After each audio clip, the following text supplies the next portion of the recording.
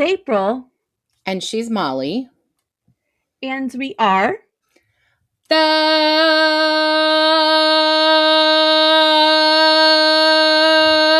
Book Besties. Season 10. Fuck off. I'm going to the woods.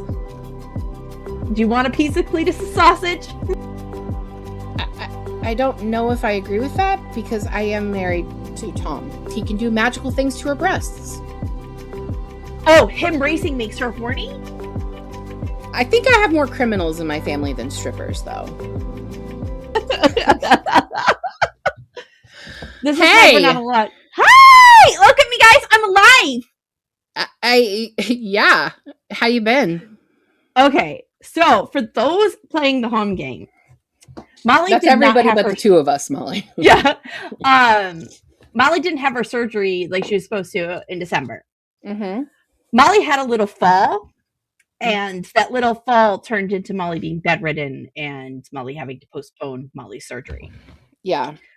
Molly's super thrilled about it, and Molly would like to stop talking about Molly in third person now. I was just going to ask if you would stop doing that. It gets really, like, it's easy to get into that rhythm, and then you're like, after a while, you're really irritated about talking about yourself in third person, but it's hard to get out of that rhythm. Yeah. It's a double-edged sword. Yeah. But yeah, so, I'm alive. So you didn't have your surgery in December like planned because you fell and you were recovering, but you did have your surgery this month. Yes. We're assuming because wibbly wobbly timey wimey. Timey wimey. Yeah, we're like doing like a pre thing and a post thing, and like the season's going to be all jumbled together, but you're still getting episodes, guys. So hold your panties. It's fine. We have 15 episodes planned this season, and as we announced at the end of season 9, this is season 10 is going to end with a indefinite hiatus. We'll still be on social media, posting things and you know, keeping the fandom going. The episodes will still be available on YouTube and all of the streaming platforms. Up. Nothing's changing there. We just need a break. Yeah. I would like to write. Like, I love reading other people's stories and talking with April about other people's stories. But a book a week can get a lot. Yeah. It can get to be a lot. And not that I want everyone to like listen to us rant about how taxing it is to be an influencer. That's not what I'm saying. I'm just No, I that's what I am saying. But my job has become exponentially more difficult as she the became seasons indispensable, y'all. Indispensable. So she became important at work, and now she has to be the big guy. I've always been important at work. It's just now I'm the importantest. Like, you're the person that they have to ask the questions to. You don't have to ask questions to anyone anymore. That's not true. I still have a boss, and my boss has a boss. No, that's in my mind. That library is your library, and nobody else trumps it. You're the queen of libraries now. End of discussion. Well, love that for me, I guess. But when we started this, did you think we'd last 5 years? I sure didn't. I don't know. I knew we'd keep going. Matt had a prediction by our 5th year we would have a sponsor. Which he said that we did. We did. We do. And I figured eventually we would need a break. I didn't think we would run this hard, but I'm glad we did. Well, I feel like you and I've learned a lot. And I feel like I think we've grown as readers and writers. As friends? Oh yeah, for sure. Well, that was without saying. But I have to say everything. I'm literal. Did you not forget? Okay, did you forget? So maybe I forgot. I haven't seen your fucking face since November. So speaking of sponsors, our sponsors are Carpe Librum, bookish things for bookish people. Bookish people. And oh my God, did you see the email? Did you see the email? Oh my God, y'all. This is a really awesome deal this month.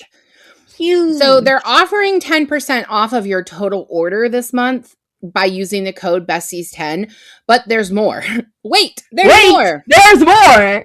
So they're offering the 10%. Watch as I pour this water into a paper bag. Oh my gosh. I'm doing an infomercial. I knew what you were doing. I need you to just rein that in a little bit. It's the first episode, Molly. So they're not only are they offering the 10%, which is in honor of this being our 10th season, but they're allowing that to be combined with any other sales they have going on. So like right now they have buy one, get one half off of all of their apparel. Now, I don't know how long that sale's going to last.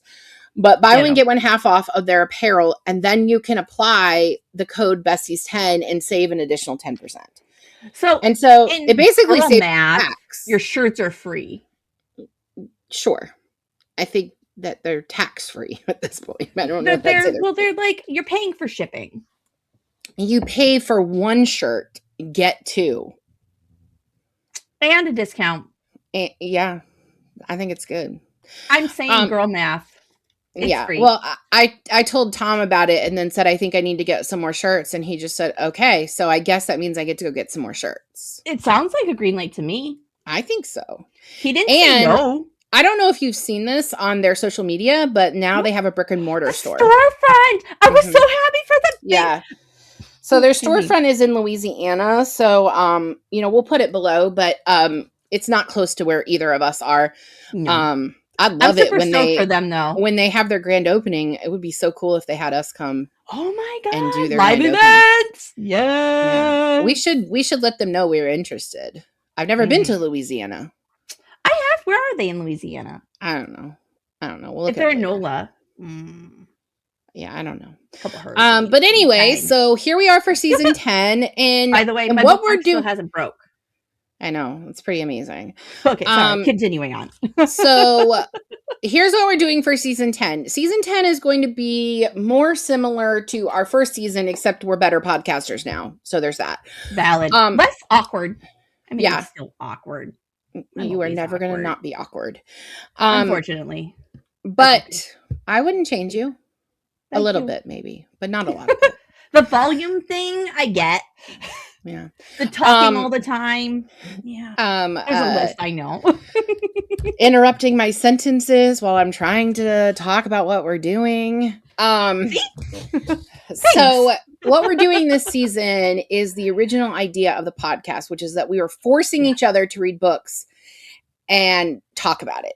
And basically, I started us off. As the kids do. Yeah. What'd you do? As the kids do. The youths. I actually started us off on a book. I won't show it yet, but I started us off with a book. I really thought Molly's going to hate this, so I'm going to pick this one. But we're only having 3 guests. We're not going to have authors like we normally do. We are having an author, but it's Francesca. But she's our friend. It's not her book. Chessie's ours now. She's not an author. She's our friend. Yeah, she is our friend. And so we're going to have a Christmas card.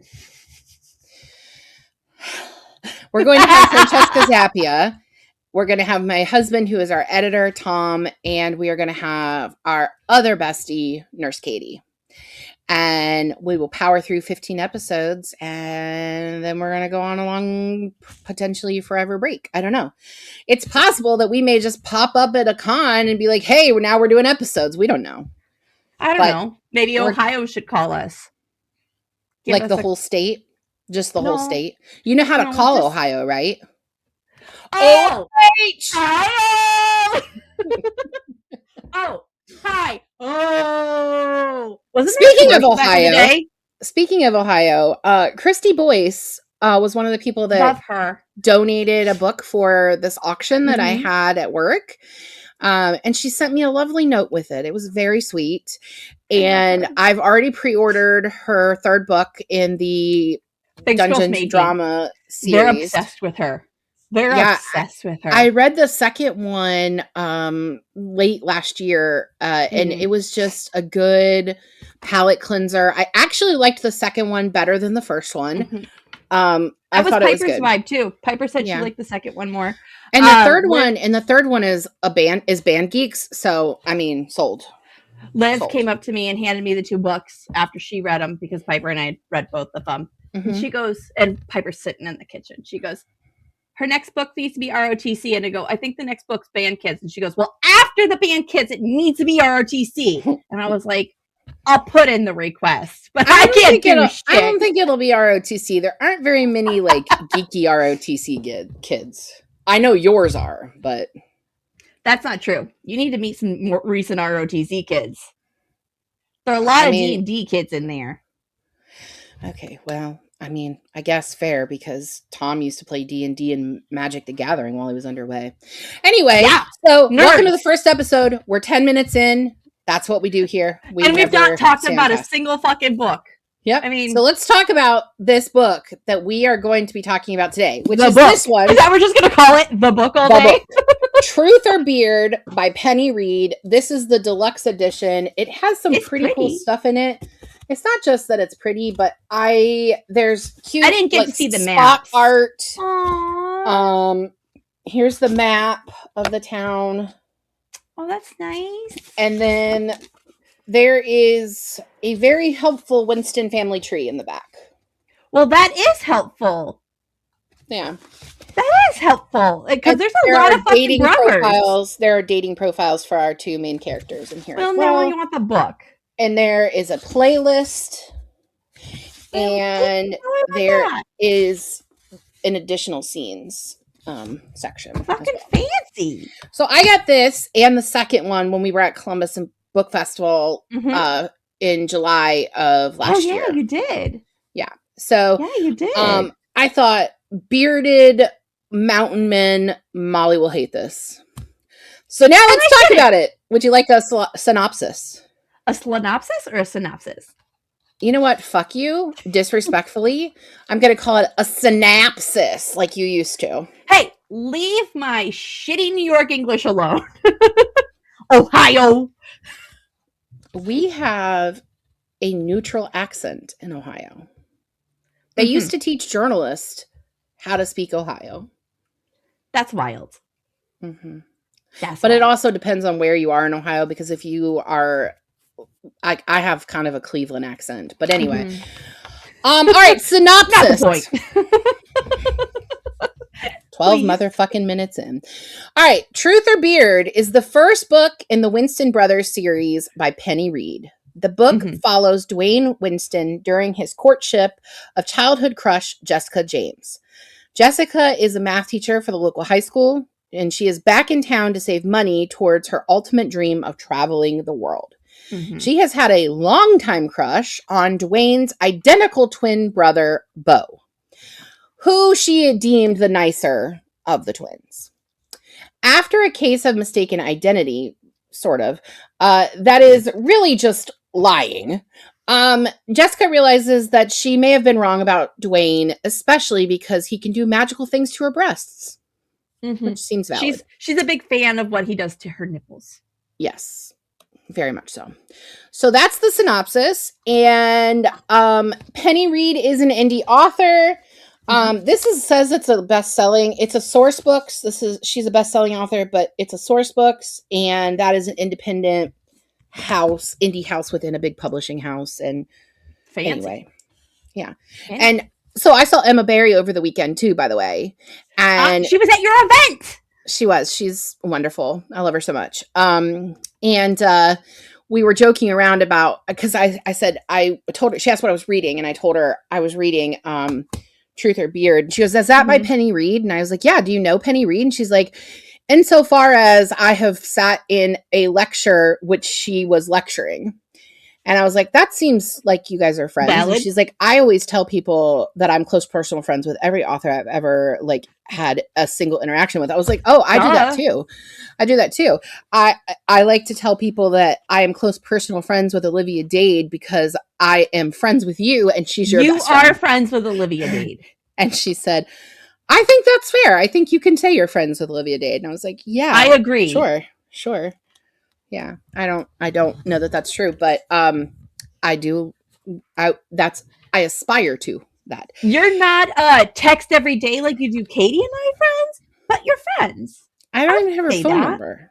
I don't know how I can say that doesn't mean anything. I have friends that I only communicate with on Facebook Messenger, and they're still very this dear to is me. the difference between introverts and extroverts. You can collect friends that you don't actually talk to. We don't do that. But that's my we don't do that. But that's my ADHD, right? Out of sight, out of mind. It's not that I don't love you. It's just the fact that if you're not in my 24/7 periph, I'm gonna forget about you. And I'm not doing it on purpose. I'm just shitty at remembering everything. But see, I wouldn't call those people my friends because I don't collect people like extroverts do. I wouldn't call it collecting. It is. You motherfuckers are like, I gotta catch them all. I mean, I could start an apocalypse colony very easily, and all of us be safe and warm and protected. Don't be inviting more people to the apocalypse for us. I'm not. I've already invited my other friend. Yeah, you're the one inviting the extras. I brought in a scientist and a music therapist. I think it was necessary. Well, he's definitely going to create the stock pond. Definitely going to create the stock pond because we're going to need backup food. You realize that Tom could also create a stock pond, but we're going to need music therapy.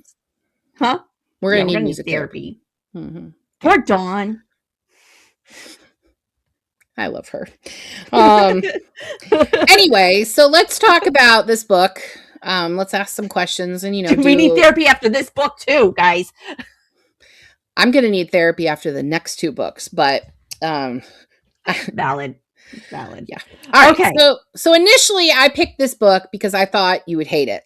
Honestly, I was like, I'm going to pick a book Molly's going to hate.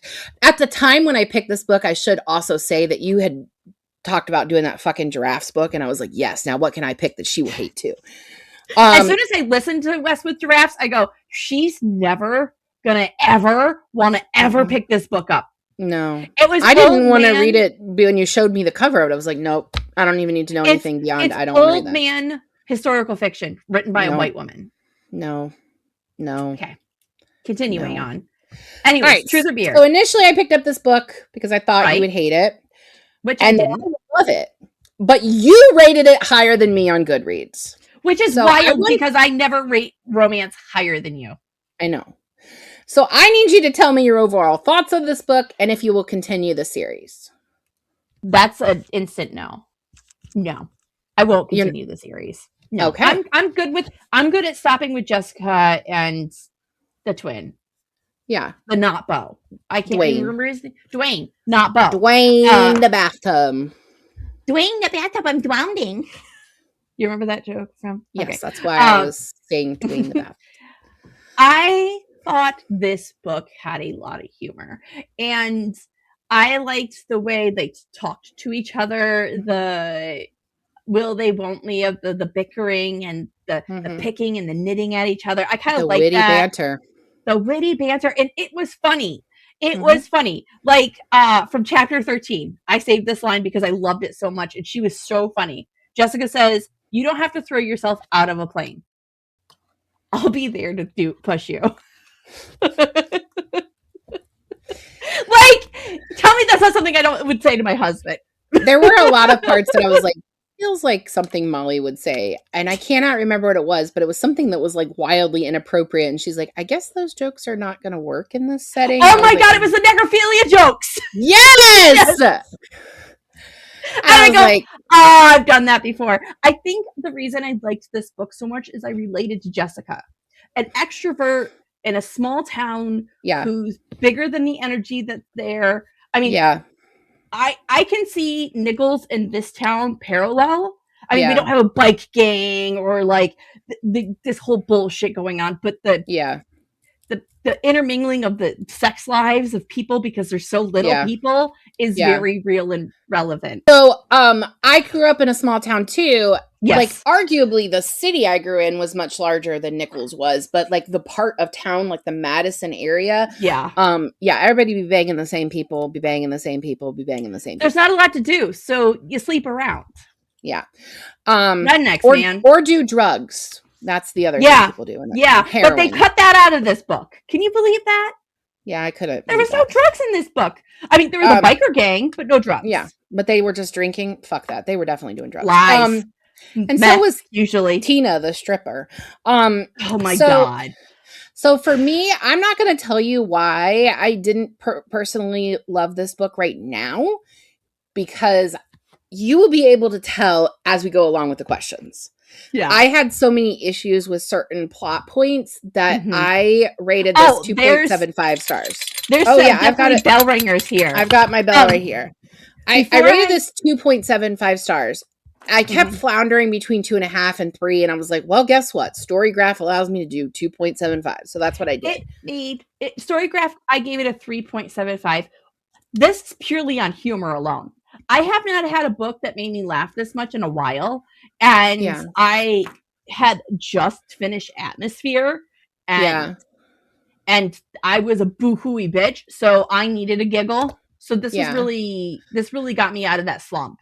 Well, I read this book after finishing so this is the third book I've finished this year. So I'm already up to 3 books.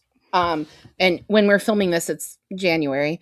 But the first 2 books I finished were timey-wimey. Yeah, the first 2 books I finished were for work, and the first one was The Deal by Elle Kennedy, which started my absolute love and fangirling of Elle Kennedy's hockey romance series. So unfortunately, it followed that. The other thing was I broke my brain at the end of last year. Yeah, and girl, you consumed way too much fiction last year. I'm still trying to fix my brain. I got really burned out. And coincidentally, I don't want to read right now. I want to watch Downton Abbey. Which I've seen the series through multiple times, so I don't need to do that. But that's what I want to do. And I want to play with my new puppy. Because I got a puppy for my birthday. I want to see her live after this. Oh my gosh, she is so fucking cute. Is she doing the stairs okay? Yes, but this morning she was standing on like the landing, because we have like a landing that So we have a landing, and she was standing there, and I was like 3 steps below her. Yeah. I was like 3 steps below her talking to Tom, who was on his way up to the craft room. So like we were in different planes. Yeah. And she decided she was going to jump to be in my arms, but I didn't know she was going to jump to be in my arms. So she jumped and tumbled down the stairs. I fortunately was able to like stop her from falling all the way because my foot was there. But I was like, girl, what the hell are you doing? That puppy brain. There is no logic in there. Then she got some vaccines today, and then I registered her for puppy obedience class, which is step 1 to her becoming a therapy dog. And once she's registered as a therapy dog, she's going to be the official mascot of my library. I love it. She's going to look like a big old teddy bear. I love it. I'm allowed to take her to work with me whenever, because she'll be registered to do that. And she'll be a reading dog. And I love just so everyone knows, she's a Newfoundland. And if you don't know what that is, Google Get out of here. Because they are literally giant teddy bears. I'm so fucking happy with her. So Claude figured out how to get her donut off today. Nobody knows the context of what the fuck you're talking about, except I'm just for me talking to you. And probably Katie, who's laughing her ass off right now listening to this. She's like, can you guys get back to the questions, please? We're 23 minutes in. It's totally valid. But do you want to give some context to Cloud and the my dog got my puppy. My puppy got fixed. And she's an Australian Shepherd, Husky mix. White, little, petite. Okay, everybody's caught up. Great. She got fixed. I got her a big inflatable collar that's a donut. Yes. I've been putting her in her kennel when I have to leave the house because she's still sedated a little bit from, because she's just she's wiggly and like a snake and she'll be able to get that area. So we put this donut on her. I come home from picking Piper up. Bitch got it off and she's sitting on it like it's a chair in her kennel. What the fuck are you? How did you get that off? Maybe it was comfortable for her. Think about how, like, when we have like babies and things, we want to sit on her hemorrhoids. You know, I don't know, man. It's just maybe that's how she was feeling. I don't know. Anyways, so back to Beard. So back to the fucking book. So will I be continuing with the series? So this is like actually my next question, but it's not really a question. So will I be continuing with the series? So I own book 2, so I'm definitely going to read that at some point. It's in my TBR jar, which is that's cute that you do that, but you don't have to. I own it, so yes, I do. Sell them.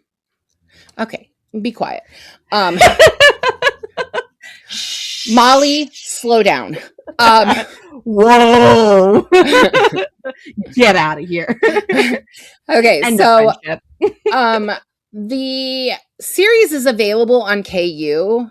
Not KU, sorry. You can buy it as an ebook. But if you want to own the paperback editions, like the fourth book is $800 on Amazon. Yeah. It's really hard to find all of them. Yeah, so they're out of print, and I think that the intention was probably to release all of them in these special editions, but there only are the first two.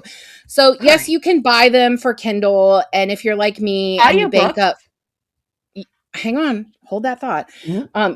I bank my like digital credits because I just delay my shipping because I really don't need things the next day. That Amazon's like, I can send this to you at 4 a.m. I'm like, why the fuck would you need to do that? So hard pass. So I don't be out at my house that late. Yeah, I bank those things and I buy, ebooks. But I don't unless the second one is significantly better than this one, I don't see myself finishing the series. No. Like it's really sweet that you want to like try the second one. Well, here's the thing. Especially how much you hate it. We have a friend of the pod, Amy Award, who is also an indie author who has a brother romance series. And I would far prefer to read that one. I'm finishing that after a pod. I have read the first two. And I've read the first two. I really liked the second one. It was really good. I want to read the little more one. I liked the first one too. I don't want it to sound like I didn't, but the second one I actually like better. But here's the thing. If you are someone that has a library that has Hoopla available, the entire audiobook series is available on Hoopla for free, including the novellas that go in between books. Those are also on Spotify too, if you have Spotify. Well, that's good to know, but you do have to pay for it on Spotify. Yeah. It's free on Hoopla and Hoopla. Libby. My guess is that the audiobooks are also on Amazon, right? They're on, yes, they are on Audible. Audible, yeah. They are on Audible, which that is Amazon. So, yes. All right. Yes. So, yes, this is why I will probably, that's part of the reason why I won't be continuing the series unless I really need a brain break, and then I may just put one of the audiobooks on, but I did read this physical book, and one of my issues with the book I feel like will be worse in the audiobook. I'm going to bitch about the audiobook for a second. Please do.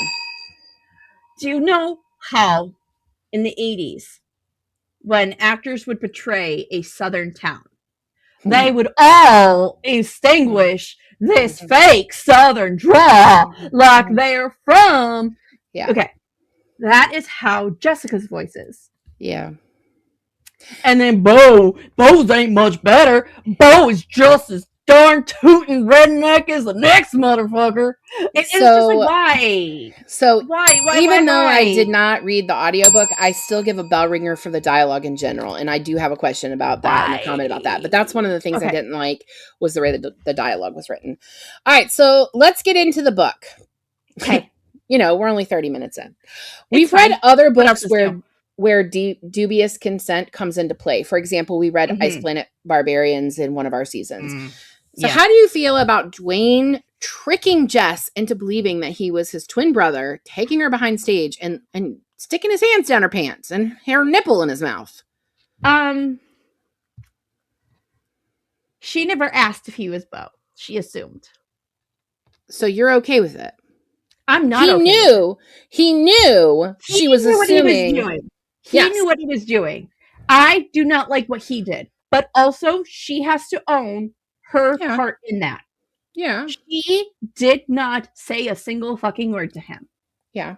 She didn't go, "Oh my God, Bo, finally? It's happening?" Like that would be the first thing I would say to a guy I'm lusting after. It's about fucking time! Let's go! You know what I mean? Well, he knew that she thought he was Bo. That was said. He did take advantage of it, yes. Yeah. He did take advantage of the situation. But she is also culpable in that situation because she didn't say no. She didn't ask questions. But yes, he definitely took advantage in that situation. 100%. Yeah. I am not a fan of dubious consent. To me, that is not that far from date rape. And I just, no. Yeah. No. Yeah. There's no way that if I didn't own this book and it wasn't a pod book, I don't think I would have finished it after that first chapter. Oh, no, I wouldn't have either. Done. That scene turned me off, and I was like, 100%. I don't want to finish this. 100%. When a book starts like that, it instantly gives me the ick. And it took me a long time and a lot of laughing for me to air quote forgive that. You know what I mean? Yeah. Yeah. And I don't think I ever did, but I did. I didn't hate the book. It just it was the flaws in the writing that bothered me. Yeah. I don't think Dwayne was ever a bad guy, but that was a bad thing he did. Yeah, I agree with that. All right, this story takes place in a small town in Tennessee. Jess's daddy is the town sheriff, and her brother is the deputy. Her mama is an elementary school teacher, and Dwayne is a garage owner and mechanic, and on the weekends, he partially legally race car driver. That's his mom recently died, but his good-for-nothing daddy is alive and well, and in his biker club called the Wraiths. Is this a good setup for a book, or do you find it cliche? Too many things. It's enough slices. It's enough slices. Like, like we don't need. We have the dance hall. We have the small town where they have the weekend downs and the weekend.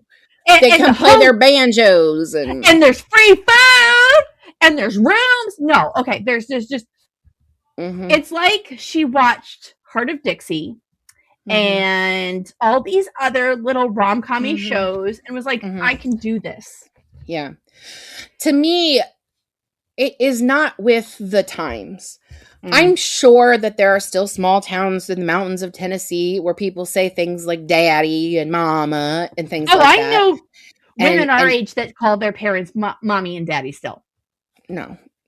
Tom calls his parents mother and father, which is that's what Piper and Lydia calls us. That's equally weird to me.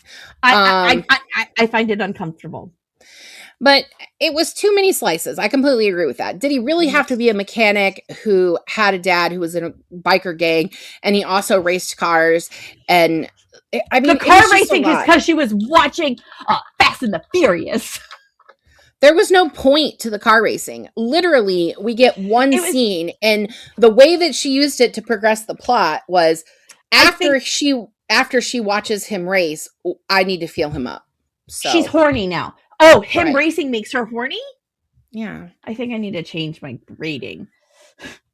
I would advise that. That's good advice for everyone.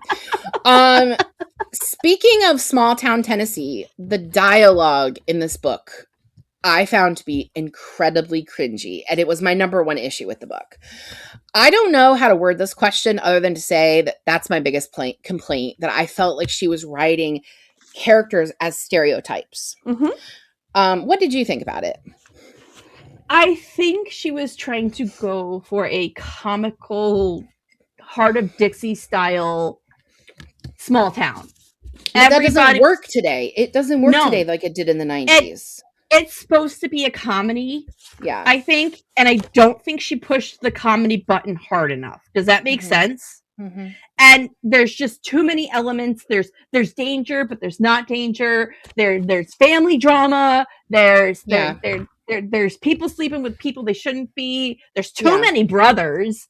And it's the Winston Brothers series, but there's also a sister. At least in Amy Award series, met Amy Award and was like, I can do that. This was first, but at least in Amy Award series, the sister is the youngest. This one's right smack in the middle. I don't know that she never spent time extensively in Tennessee, or maybe she was raised in Tennessee, but she lives in Seattle. So to me, she thought, I need to pick a small town that's in the middle of fucking nowhere. I'll pick Tennessee. You know what? You could have picked places in the state of Washington and made the story in a small town there. And made it more rural to you. What? Yeah. Okay. And then you wouldn't have all these things that are basically stereotypes, because that's what I felt like she wrote. I feel like she watched Sons of Anarchy and thought, well, that Fast would be Furious. good in here. I don't know about Fast and Furious because I've never seen it, but I think she watched Sons of Anarchy. And what? Girl, how did you survive the aughts without seeing Fast and Furious? There are at least 3 other episodes that we have had this conversation. I know. ADHD, man. Continuing on. So I think she watched Sons of Anarchy and probably Sweet Home Alabama and was like, yeah, combined. And it just it was very cheesy and cliche and stereotypical. There was almost offensively stereotypical. There was a lot of trying hard. Yeah. There was a lot of trying hard. Yeah. And what's frustrating about that is the effort wasn't fully in there. If you wanted this book to be a race car book, let's make it a race car book. You want this to be about the bike club, let's make it about the bike club. If you want it to be about the small town, you want it to be about Jessica and her travels, you want it to be about like all these different fucking complexities. And to add to all of this, we're going to make Jessica a little bit heavier set. We're not going to say she's big, but we're not going to say she's small, and make that a complex too in here. We need to trim this story down to make it more palpable. Yeah, and I do think I didn't really mind Jessica being curvy because I love a book with a curvy girl in it. Me too. That didn't bother me. It was. But I'll tell you, there was a way to marry the idea that he was a mechanic and owned a garage and the biker gang. Mm-hmm. They needed a chop shop. But the reason that the Wraiths need a chop shop is because, and where the fuck is this story? Because there doesn't seem to be a prequel to this one. But 2 of their guys got arrested. And that they were the chop shop runners because they kidnapped 2 of the Winston kids. At their mom's funeral. Yeah. And that's like 1 sentence of the book. And I'm like, wait a minute. Oh, what are we doing here? Another cliche that really pissed me off. Dwayne talks about how his mother made him a proper gentleman. Oh, girl, I have questions about that. Okay, we'll get to that. Okay, hold it. All right, so Jess and Dwayne have different lifetime goals. Yeah. Dwayne wants to court Jess because he thinks that they are quote unquote suited. Well suited is actually what he says. Jess has wanderlust and wants to travel the world. Yeah. The differing goals lead them to agree to 13 months. What did you think about their agreement? If we're not married by the age of 30, will you marry me? That's what it felt like to me too. Yeah. But I do have to say that in these kind of books where they're going to be on a timeline, I'm going to quote Emma Barry. They're in a romance novel, so of course they get together. Like that's and she says that about Bad Reputation because you know they're not supposed to. But Bad Reputation was good. So good. It was good, Emma. Listen, I liked sitting at her table at my event because I helped her sell books. I was like, you need this one. I mean, absolutely. She's a bomb diggity yo. I know. I love her. Ditto. Yeah. And she's just a good person. I really enjoyed becoming friends with her. So anyway. She's sweet. I just feel like you can have that agreement and you know that they're going to get together. It's like the setup for How to Lose a Guy in 10 days. 10 days. Yeah. So we know she put a timeline on it. And of course they're going to fall in love. 13 months is a really long time to just stay with somebody. I was like, that's a long time. And I looked at the time on the book. I was like, there is no way we're going to get through 13 months. Yeah. Like, what are we going to do? Like, fast forward? But I guess in terms of who Dwayne is as a character, he was fucking Tina for 5 years. And there was never a commitment. So I guess he could be with Jess or thought he could be with Jess for 13 months and just be done. But no. But Tina thought they were something. Period. Yeah. End of discussion. Like, she absolutely thought there was something real there.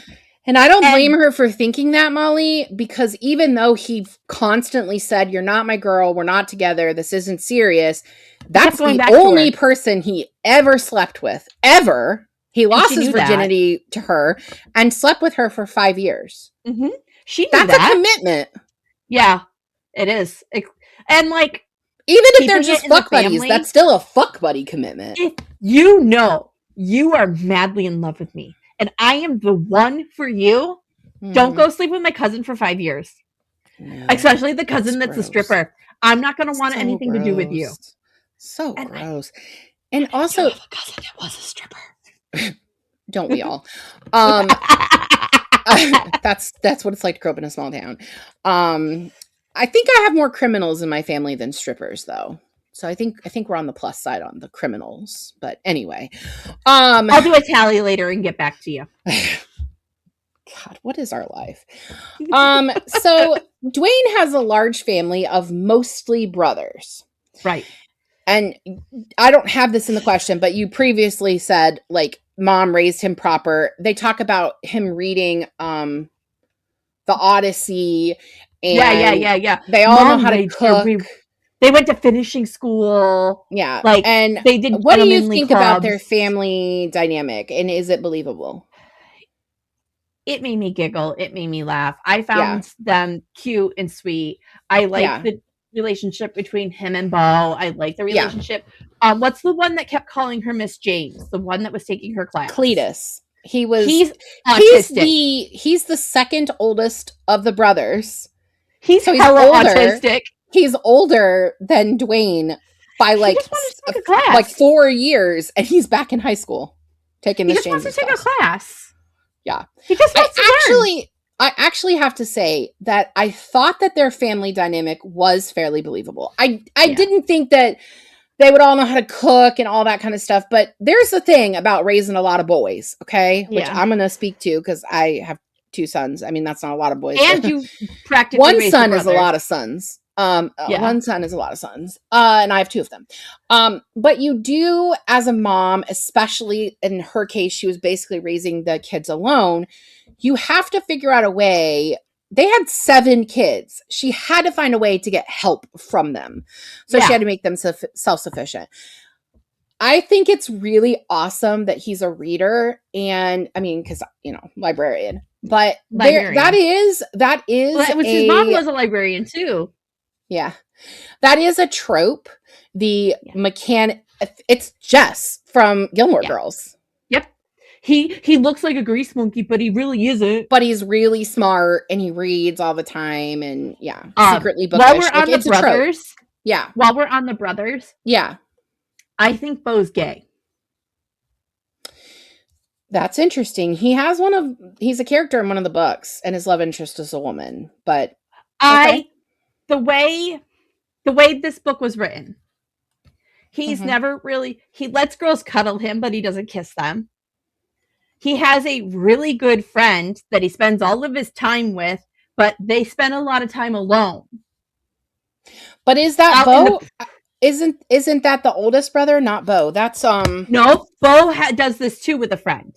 Oh, the older brother leaves with the other brother, and they're like wardens or some shit. That's Jethro, the oldest brother. You're right.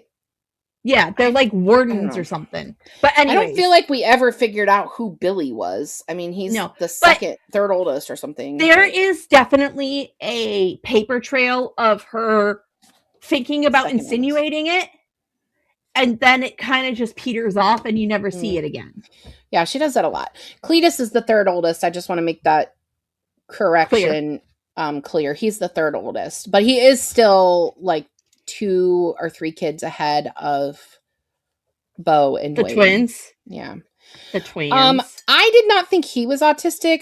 When you texted me that and said this one brother is going to be autistic, I thought it was the one who like was off in the woods all the time. That's the one I was thinking. No, the one that was that's like, a very James thing to do. Like, fuck off. I'm going to the woods. It's the need for rules. He has to call her Miss James because she's the teacher. He has to do things at a certain time. He's very smart in the shop. He has his schedule. It just, the rigor of who he is, Cletus is, just feels, it looks like my tism in my house. I can't think of who he reminds me of, but just the fact that he'd rather talk about the fluffy pancakes Will Trent. That's who he reminds me of. That's exactly autism. Yeah, but I see it. Will, okay. Oh yeah. How do you? Yeah, it's just I fold the frickin' egg whites in last. Yeah. Can we talk about the point at hand now? Like, you could go to jail, brother. All right. So I don't care. I don't care about the egg whites. He does. In addition to the central love story, there are 3 major subplots. Mm-hmm. The first is that the Wraiths, which is the biker gang, are blackmailing Dwayne and Bo to become their new chop shop mechanics. They have video evidence that the oldest brother, which is Jethro, who was a former member of the race, knowingly implanted traps into their cars to run drugs. This story weaves throughout the entire book. What did you think about this being one of the conflicts? This story line dragged on so long. And there were plot points to it that were super unnecessary. Like involving the stripper after we got her out of our life felt unnecessary. It is just, there were too many strings to this storyline to keep it conducive and clear for the reader. And did you notice when we actually go to the club, we never see his dad? Like his dad, who spends all his time with the Wraiths in the club, wasn't even there when they were there. I feel like there was a better way to have them become the chop shop people. I mean, blackmailing them because of Jethro, that's one thing. But we get this really small mention of the fact that their mother basically gave her money to someone else so that, because she had a lot of money. She came from one of the very wealthy families in town, so that the dad wouldn't inherit any of it. But the kids would get their portion after a certain age. And it's a very minor thing. And that is why they want to include Dwayne and Bo in this chop shop thing, because they want his dad's money. That was enough of a story. It didn't need to be that these 2 guys were now in jail because they kidnapped 2 of the siblings after their mom's funeral. Characters. I don't care about them. It's enough slices. Yeah. But I did feel like that story, it wasn't totally unnecessary because it's the thing that drives the secrecy, the fact that he wants to push her away. And then, of course, the big conflict at the end where they essentially kidnap her. Oh, by the way, if you're new, we give spoilers. So. Oh, hi. Season 10. Spoilers. We've been doing this for 5 years. We give spoilers. The only time we don't give spoilers is when there's an author on. Probably won't say that the rest of the season. Or a new release. Like to not say that the rest of the season. Just go listen to episode fucking season 2, episode 11. You'll figure it out. Yeah. That's probably a good I don't even know what that is, but I don't know, but we should look because that'd be hilarious. I'll put it in the diddly doos. All right. In relation to that, Jess's cousin, which is Dwayne's previous lover, her name is Tina. She's taken up with the Wraiths, and she's now the club girl, which basically means she just bangs all the She's passed around like a piece of trash. Yeah. She tries to create when people treat their body well. Yeah. She tries to create additional drama between like Jess and Dwayne, and she's eventually responsible for Jess and Claire. Claire is Jess's best friend, but also the daughter of the president and his old lady of the Wraiths. Too many slices. They are kidnapped by the Wraiths. So what did you think about the Tina inclusion? It wasn't necessary. No. He could have just... Pick a conflict. He could have just pined after her for his whole life. And said he slept with a couple women from the strip club and that been that. Like cutting her out of this story does not change this story at all. Other than she's the person that calls and asks for help, and that leads to Claire and Jess being at the club. But they could have went to the house, saw that the house was empty, and was like, okay, start calling around town. Who's seen so-and-so's vehicles? Oh, it's at the biker club. And they hustle up there. Listen, I fixed it in 2 pages. They already realized that the Wraiths already realized that Claire showed up at the Winston brothers' house and that Claire and Jess worked together. So you can easily put together that they were friends and just fucking kidnap them when you're tailing them. Like, they didn't need to have Tina. She doesn't add anything. She's useless. Yeah. I don't like the inclusion I hope of that. Tina's not based on a real person. If you are the person this is based I'm sure there are people like that, though. You are not a useless human being. I am speaking about the character in this story. Yeah. Moving on. I feel like, well, I'm not ready to move on yet. I feel like the inclusion of her, I meant from my was another example of the stereotyping. Well, it's a small town, so there has to be 2 strip clubs, not 1. And one has to be better run, but there's also a woman who works there that's trashier. And no drugs and safer. But somehow the trashier one works. I hate to be the one to tell you this, Penny, but if there is a strip club in a small town, there's drugs. Yeah. End of discussion. No, if there's a strip town, there's drugs. Period. You don't need to be in a small town. It's just, yeah. All right. The final major subplot is that Jess's sick aunt, who her mom has been attending to the whole book in Texas, in Houston. She dies. Not the mom, but the aunt dies. Who was in her 40s. Yeah. Was she? Okay. Yeah, after her death. 7, I think. Okay. After her death, well, that makes sense because Jess is in her 20s. After her death, it is revealed that she left Jess everything. She's a multimillionaire. She has patents. I didn't even know you could will patents to someone, but she has patents. Yeah. And that she did this because she's actually Jess's biological mom. Fun fact about patents. Did you know that the patent for the fire extinguisher went up in a fire and they never know who created the fire extinguisher? This has been Fun Facts with Molly. Join us next week. Okay, anyways, this storyline was ridiculous. I love that ridiculous. You shared a fun fact. That was a good fun fact. It was just right there. As soon as you start talking about patents, I was like, I know something.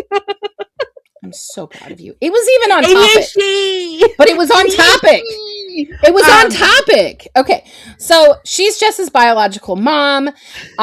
She never told Jess prior to this. And prior to her death, she never told a single soul who Jess's biological father was. I know who it is. Further, sorry, I already said that part, that she was adopted by her parents who are technically her aunt and uncle.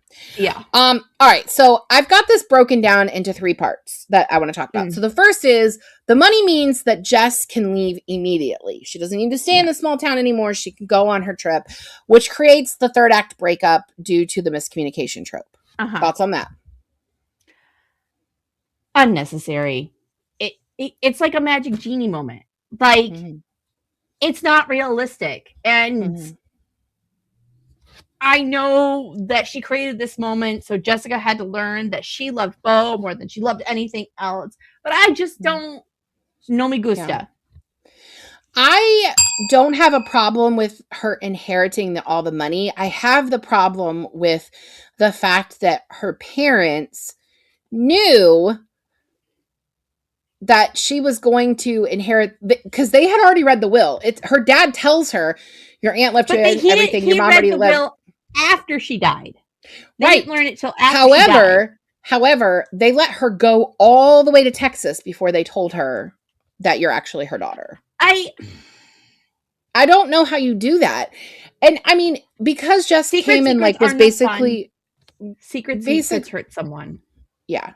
Basically, Jess was her personal assistant in the summers of college, and that could have been enough reason trash. But that could have been enough reason to leave it. She was the only one that would come consistently. So I'm going to leave everything to her. She didn't have to be her mom. I also think if she kept her at an arm's length, she would not feel the loss of handing that baby over to her sister. Then why have her come every summer and be your PA? Because you still want to see your kid. But she didn't. She didn't want to even be in the same room with her. I don't know. We're assuming about a character, man. Yeah, in a book that has too many slices. So here's the thing. I am in the rare group of people who do not have a problem with the 3rd act breakup.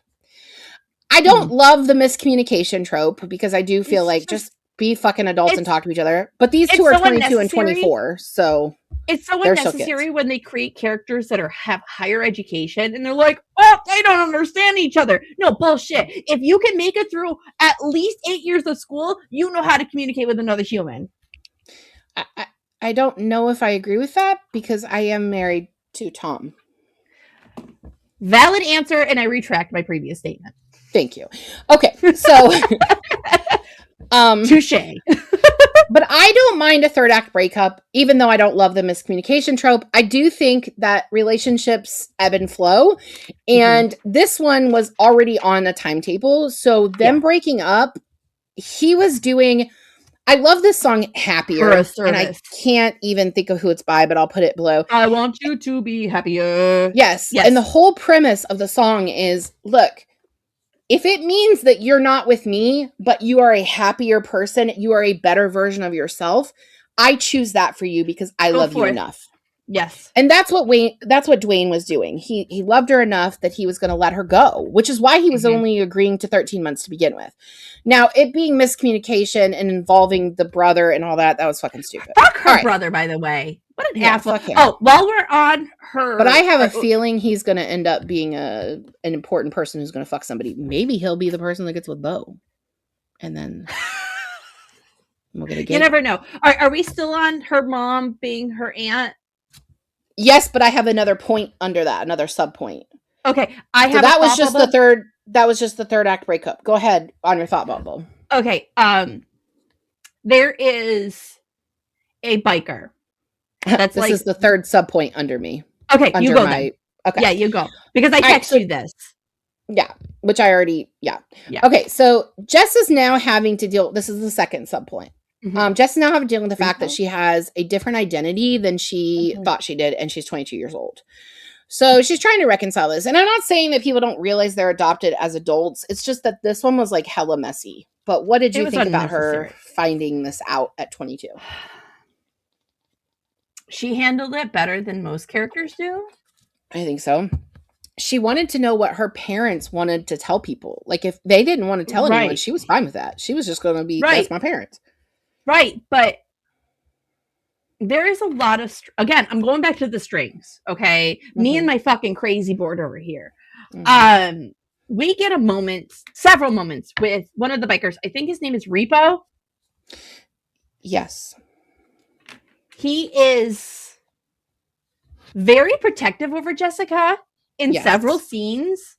Yes. And we think the author is setting up that he is the father. Yes.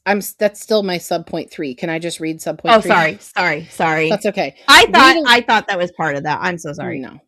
Reid alludes to the fact that one of the main bad guys from the race, who is Repo, is Jess's dad.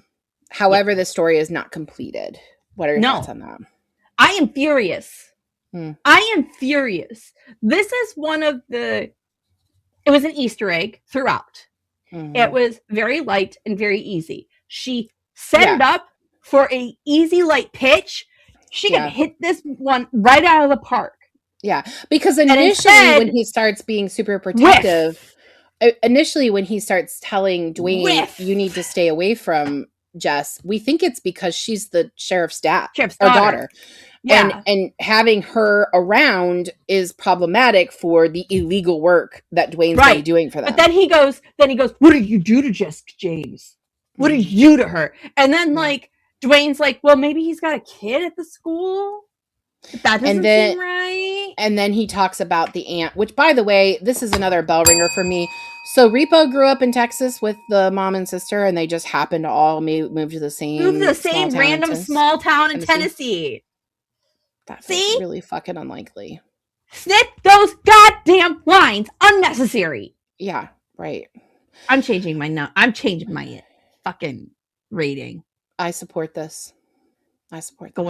Yeah. All right. This book ends with Dwayne and Jess deciding to compromise by Dwayne traveling with Jess. Is that a believable conclusion? I guess. But eventually he's going to want the small town life back. He's going to want kids. I think that she will eventually too. I think she needs to get the wanderlust out of her system. I think once she lives in a foreign city. and she's there and she set up life and she's like, God, I miss mommy and daddy so much. Yeah. And she actually says that she never wants kids, so maybe that won't be the life they have, but that's what he wants. I know. So that's a bigger issue to me than the fact that she wants to travel and he doesn't. But as somebody that literally moved across the country for love, I can't really say that I don't find this believable. Sup? Yeah. I mean, I did that. I followed a boy. It's so gross. I did that too. But I mean, I left my cushy teaching job of 5 years. I moved to a different state. I actually showed up in Texas to live with Tom in an apartment. I had a key. He wasn't even there when I got there. He was on duty that night. Yep. So, I mean, I just showed up and went to sleep in his bed that he bought. That was his and not mine. Like, you're home. It's yours now. Well, it was his bed. Like, I was with him when he bought it, but I didn't have any say in what bed he got. I never really we still have that bed, but I didn't like the mattresses that were on it then. But anyway, gotcha. Not relatable to this book. But anyway, I do think we do things for love when we need to. And me moving across the country for Tom wasn't even the biggest thing I gave up. I knew we were going to be in the Coast Guard and going everywhere. And when Tom and I first started dating, I asked him, do you want to go back underway? Like, I didn't say underway because I didn't really know those terms yet, but I was like, do you want to go back on a boat? And he was like, I didn't join the Coast Guard to be on land. And that is an example of Tom giving up something for me. He chose a different dream. He chose to be home with me and our kids. So you have to make compromises in a relationship. And to me, it was dumb that they never thought that was a possibility to begin with. Like, of course he can go with her. What's holding him there? His brothers? There's 7 of them. You got 6 spares. You're fine. Who's gonna make his dinner on Tuesdays if he's not there? It was Thursday. Tuesday was Cletus's sausage day. Oh, that's right. Do you want a piece of Cletus's sausage? Everybody likes Cletus's sausage, which is made from wild boar that he hunts with a spear with Native Americans. See, my favorite parts of that book was him. Oh, he was my favorite. He was absolutely my favorite character. He was my favorite part in that whole book because, like, he goes, "It's not fair if I'm not out there with a spear." Every time he was talking, I just pictured him eating with a giant bowl of cereal. Like, it didn't matter what he was doing. He had to be sitting there with a giant bowl of cereal. I just figured out who Cletus reminds me of. It's not Will Trent. It's my dad. It's my dad. Okay, so in Knocked Up. Knocked Up, the movie. I do. In fact, Knocked Up, the movie. Jason Segel in that movie. When he's like the buddy that lives in the house and he's like always out and he's just like... He's always fucking naked? He's always fucking naked and he's just like very locked in, right? Yeah. And he's like, that's a weird incident, man. How are you going to fix it? He's always got to be eating. Like, to me, it didn't matter what he was doing. He was eating. And it was cereal. It was like breakfast cereal. All times of day. Playing the banjo while eating breakfast cereal. Like, that's what I kept picturing. I promise you, I will write you a character that is always eating a bowl of cereal soon. You better. You better. And at some point, he needs to make the joke that he calls himself the serial killer, and everyone just groans. Like, oh my God. Gosh, you got that joke again? We didn't like it the first time. Come on, get over it.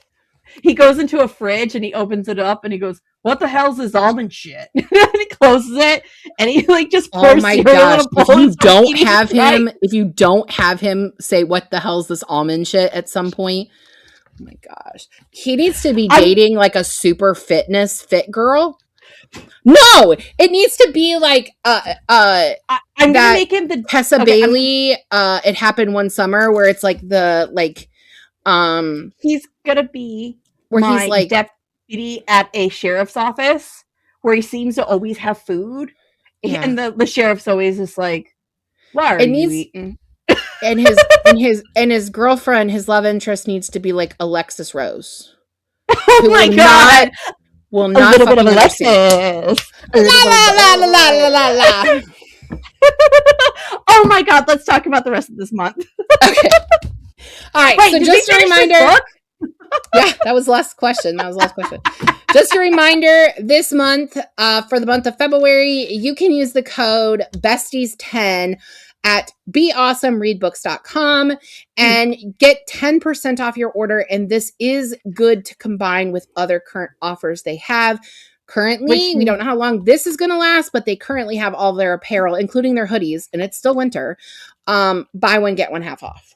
And their clothes are size inclusive and don't shrink. I don't have one of their hoodies, so I can't speak to that. But the fact that their t-shirts are so high quality, hoodies are built like their shirt or their floppy disks, man. I don't know. By floppy disk, she means bookmarks, not like floppy disks. They don't have floppy disks. Anybody younger than us has no idea what I'm talking about when it comes to floppy disks. Why is it a save button? All right, so let's talk about the rest of the month. So we just talked about Truth or Beard. So next week we are going to be talking about this book, Atmosphere. Oh my God. Jenkins Reid. This is a library copy. Support local libraries. This is the second time we've covered here. The first time we read the 7 Husbands of Evelyn Hugo. And that was season 1. No, it was a spring season. So it might have been, I think it was season 2. Oh, you'll prove me wrong next week. Okay, sure. You'll prove me wrong next week. I am actually enjoying this right now, even though historical fiction is not my favorite. I am a space junkie. Well written. I am a space junkie, so I'll talk about that next week. Well, here's the thing with Taylor Jenkins Reid. I've now read 2 of her books, so this is the 3rd one. I loved the first one I read and didn't like the second one, so we'll see what this one is. I like this book. Episode 3 for this season is going to be Beartown by Frederick Bachman. Fuck you for making me cry. And I've already started annotating because this book demands it. It just demands it. Whatever. Boo-hoo. Like I even have a sticky note because there's. I hate you. Oh my gosh. Yeah, it's gonna be great. I've never read Frederick Bachman, but he has been on my TBR for a long time. There's a TikTok creator that's 100% your vibe. Yeah, he really is. So there's this TikTok creator that we follow on the app that her name is Madison, and she's doing this thing where she reads like everyone got to nominate books that they really hated, and she's reading them. And her book club, this whole thing is called Another Man's Trash Book Club. And I love this is one of the books that was listed as one that was deeply hated, and she read it. And when she did her like conclusion, not only did she give it like, I think she gave this one 5 stars. She was like still like noticeably crying. And I was like, add to cart. I don't want that. And it's a series. It's a 3-book series. Ew. Yeah. I won $40 in our annual reading challenge that we run that is not pod related. And I think I'm going to buy the next 2 in the series. All right. And we are going to end this month with our very good friend Francesca Zappia talking about this book, Slewfoot. I am so excited to finally put this on fucking pod! That was a lot. The volume thing is jumping off the fucking page, Molly. So this is a library copy. Support local libraries. This is my copy because I'm so excited about this book. I can't even. There's spot art in here, and then there is just some. There's that little creepy thing. Isn't that wild? Yeah, there's glossy images in color. So I think I'm gonna have to read this as a physical book and not as an audiobook. Like that's Krampus, isn't it? Or is that Satan? Who is that? Samson. It's a spider with a face on it. Not what I was talking about, but okay. Why the fuck is this baby a fish? That's what I just showed you. You showed me a spider. No, I showed you that before. Anyway, well, I wasn't looking. Okay, but anyway, those are the books for this month. Follow us on social media. You can go over to Storygraph if you have Storygraph and join the season 9 or season 10 challenge. And you can actually see all of the books that we're doing this season. And if you don't know how to follow it, go below. I'll put it there. But my handle is Crafty Librarian 10. And I'm the one that created it. So you can find it from me. I'm as well. MJ Big Squared? I think so. We'll put that below too. Yeah. And so that's it. Episode 1, season 10 is done. Okay. Only 14 We'll see you next week. We'll see you next week. Bye. Thank you for joining us on Book Besties. Don't forget to like and subscribe. The views discussed here are those of April and Molly, not those of anyone else. Today's book was Truth or Beard by Penny Reid. We'd like to thank our sponsor, Carpe Librum, the shop that has bookish things for bookish people. And right now, you can save 10% off your total order by using our code BESTIES10 through the end of February. Your book besties are Molly Biggs and April Watkins, editing by Thomas Watkins, and music is Sleep Sweetly by Pritchetta. Don't forget to follow the Book Besties on Facebook, Instagram, TikTok, and YouTube. If you'd like to contact the Book Besties, please email us at bookbestiespod@gmail.com or visit our website, bookbestiespodcast.com. Until next time, besties, get lost in your favorite book.